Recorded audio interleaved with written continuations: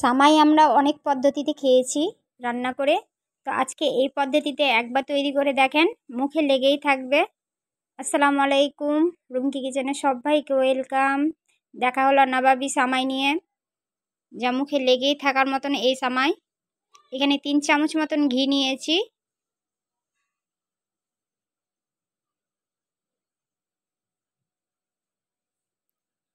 ঘিটা ভালো মতন করে গরম করে নিয়েছি।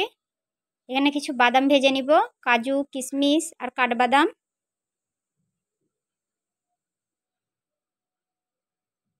একটু লাল করে ভেজে নিব।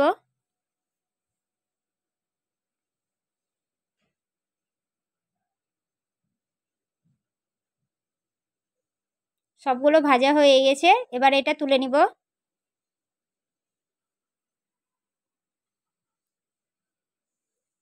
ওই ঘিয়ে আবার সামাইটা ভেজে নিব। এটা লাচ্চা সামাই নিয়েছি, আর লাচ্চা সামাই তো খুব বেশি ভাজতে হয় না, এমনিতেই ভাজা থাকে।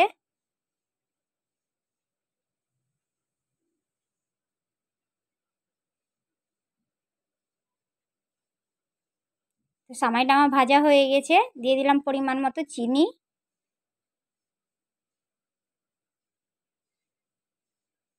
একটু ভালো করে নেড়ে চেড়ে নিব।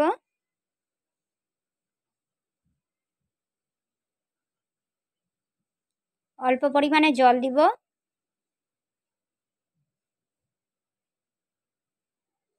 এখানে খুব বেশি জল দিলে হবে না। দিয়ে দিলাম ভেজে রাখা ড্রাই ফ্রুটস।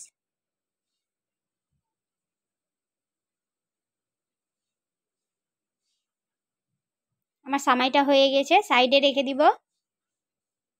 আগে থেকে দুধ জাল করে রেখেছিলাম, খুব ঘন হয়ে গেছে দুধটা।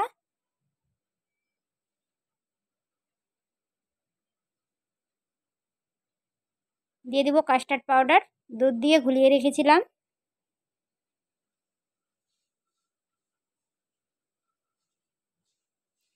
পরিমাণ মতো চিনি।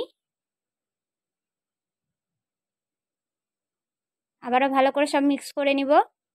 আর এটা খুব বেশি ঘন করব না, ঠান্ডা হলে ঘন হয়ে যাবে।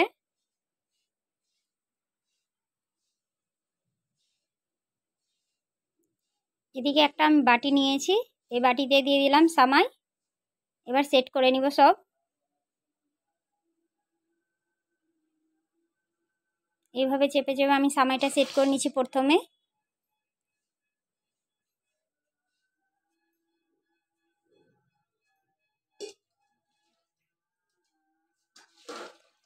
এবার দুধটা দিয়ে দিলাম, কাস্টার্ড পাউডারের দুধ।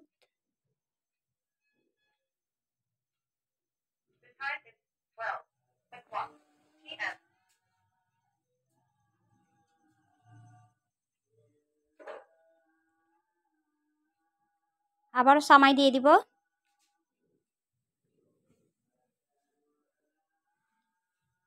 উপর থেকে কাস্টার্ড পাউডার দিয়ে দিব, যেটা দুধ দিয়ে জাল করে রেখেছিলাম।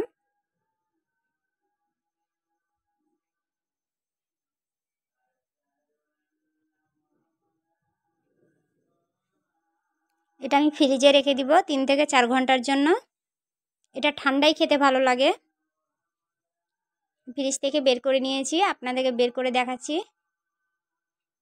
দেখেন, অনেকটাই নরম হয়ে গেছে, আর এটা ঠান্ডাই খেতে ভালো লাগে। তো ভিডিওটি কেমন লাগলো অবশ্যই জানাবেন। খুব সহজ পদ্ধতিতে বানিয়ে দেখালাম নবাবী সামাই। সবাই ভালো থাকবেন, সুস্থ থাকবেন।